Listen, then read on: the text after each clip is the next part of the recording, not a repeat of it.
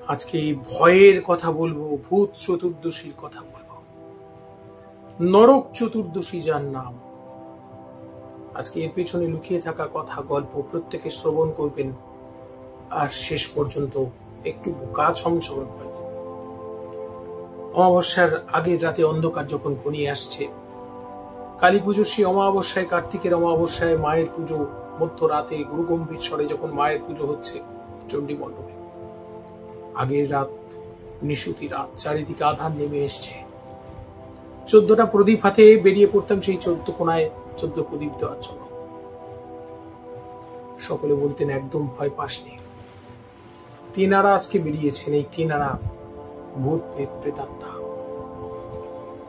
মা কালীর ধ্যান মন্ত্রে আছে শ্মশানলয় বাসিনী বাল্লা কুমণ্ডলাকার শ্মশানলয় বাসিনী শিবাভি খোর্রাভাবি চতুর্দিকসু সমন্বিতম। মা কালী শ্মশানে অবস্থান করেন, চারিদিকে শিয়ালের দল ঘিরে রয়েছে মাকে। সেখানে মা এইরকম। তো শ্মশানের যে পরিবেশের কথা আছে, তার শ্মশানে সেই প্রেতাত্মা, ভূত প্রেত ইত্যাদি, যাকে মায়ের সহচরা হিসেবে ধরা হয়, গণ ধরা হয়, এরা কিন্তু কারো অনিষ্ট করে না। মনে করা হয় অশুভ শক্তিকে বিনাশ করার জন্য মা কিন্তু এদেরকে সঙ্গে নিয়ে আসেন। এই ভূত চতুর্দশী তাদের পুজো, পুরাণের গল্প। ভূত চতুর্দশী কেন জানেন? যে মায়ের সঙ্গে কারা আসেন সেটা বড় কথা নয়। বামন অবতার, 10 অবতারের একটি অবতার বলিরাজ। রাজা দৈত্যাধিপতি বলিকে বিষ্ণু তৃতীয় পাদ রাখতে চেয়েছিলেন। বামন অবতার গিয়ে বলেছিলেন, আমাকে পা রাখার মতো জমি দিন, 3 পা জমি দান করুন। বলিরাজ বলেছিলেন, হ্যাঁ দেব। একটি পা রাখলেন স্বর্গে, একটি পা মর্তে, আর একটি পা কোথায় রাখবো?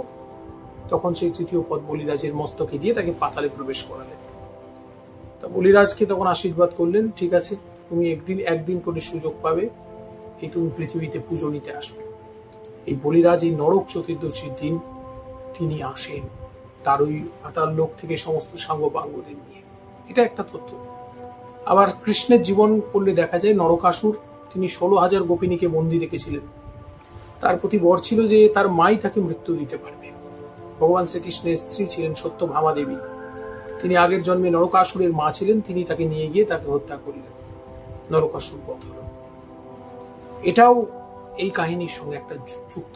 আর মা কালী তিনি উগ্রচণ্ডা চামুণ্ডা রূপে তিনি প্রকাশিত হন, শক্তি দেবী রূপে। তো তাই কেউ ভয় পাবেন না। ব্রহ্মদৈত্য, স্কন্দ কাটা, কত রকম ভূতের গল্প আছে বলুন তো, শাকচুন্নি, পেতনি ইত্যাদি ইত্যাদি। ব্রহ্মদৈত্য, আমাদের বাংলায় অনেক ভৌতিক গল্প আছে। আমি এগুলো নিয়ে থাকবো পরবর্তী পর্বগুলোতে। একদম ভয় নাই। সবাই মাতৃভাবে বিভোর হয়ে থাকুন, ভালো থাকবেন, অনেক ভালো থাকবেন।